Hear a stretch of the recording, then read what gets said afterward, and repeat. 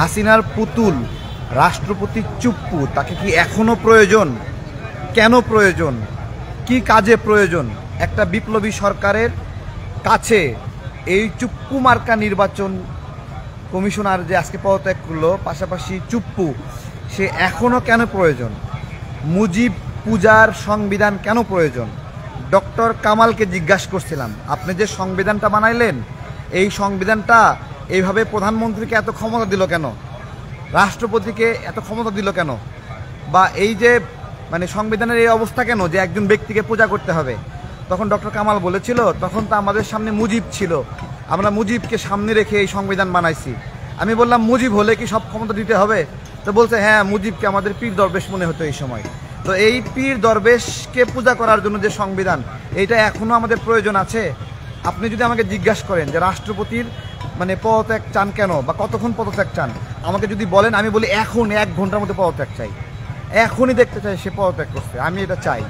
যেভাবে বাঁশ লাঠি হাতে নিয়ে বলছিলাম না দেশের মালিকানা বুঝে নিতে চাই, সেম একইভাবে এখনও বলছি যে এখনই এই চুপ্পুর পদত্যাগ চাই।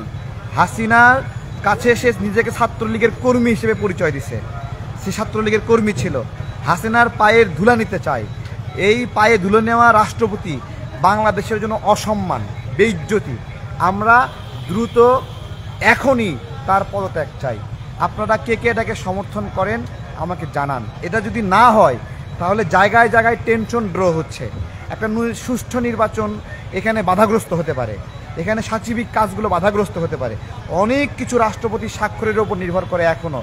তাই এই গণেশরে যদি না উল্টান, সরি আমি দুঃখ প্রকাশ করছি, গণেশ বলা ঠিক হয়নি, এই যে রাক্ষসের যে সহযোগী, তাকে যদি না উল্টান তাহলে কাজ হবে না।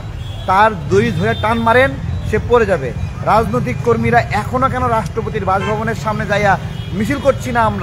আমরা কেন করছি না? আমি নিজেও কেন করছি না? এটাই নিজের কাছে আশ্চর্য লাগে। এখনও কেন হচ্ছে না? এটা কি দরকার? আপনারা সবাই উত্তর দেন। এখন যে সরকার, সেই সরকার কি কি কাজ করবে? এটা কি ডিফাইন্ড? বলেন, কেউ বলতে পারবে? সংবিধান সংস্কার করবে? সংবিধান সংস্কার করতে হলে সেই সরকারকে অনেক ক্ষমতাবান হতে হয়। এই সরকারে কি সেই ক্ষমতা রয়েছে? জিজ্ঞাসা করছি। এই সরকার যদি বিপ্লবী সরকারের রূপ নিত, বিপ্লবীদেরকে দিয়ে সরকার হতো, তাহলে সেই সরকারের সংবিধান বদলের ক্ষমতা থাকতো। হ্যাঁ, ওই দম থাকতো, দমওয়ালা লোক থাকবে। দমওয়ালা লোক কয়জন আছে যারা সংবিধান সংস্কার করার মতো সাহস রাখে? কোন ধারা বদল করবে? একটা ধারা বদল করতে ওই ধারার সাথে সম্পৃক্ত লোকেরা এসে বিক্ষোভ করবে। এটা সবাই বোঝেন? অনেকে বলে সংবিধান সংস্কার, সংবিধান সংস্কার। সংবিধানের কোন ধারা সংস্কার করবেন? যেই ধারায় হাত দেবেন সেই ধারার লোকেরা। দীর্ঘ 50 বছরে কর ন্যায়পাল নামে একটা অবস্থা ছিল, যে কর ন্যায়পাল প্রধানমন্ত্রী রাষ্ট্রপতির কার্যক্রমকে নজরদারি করতে পারে। সেই পদের কোনো লোক নিয়োগ দেওয়া সম্ভব হয়নি। কেন হয়নি?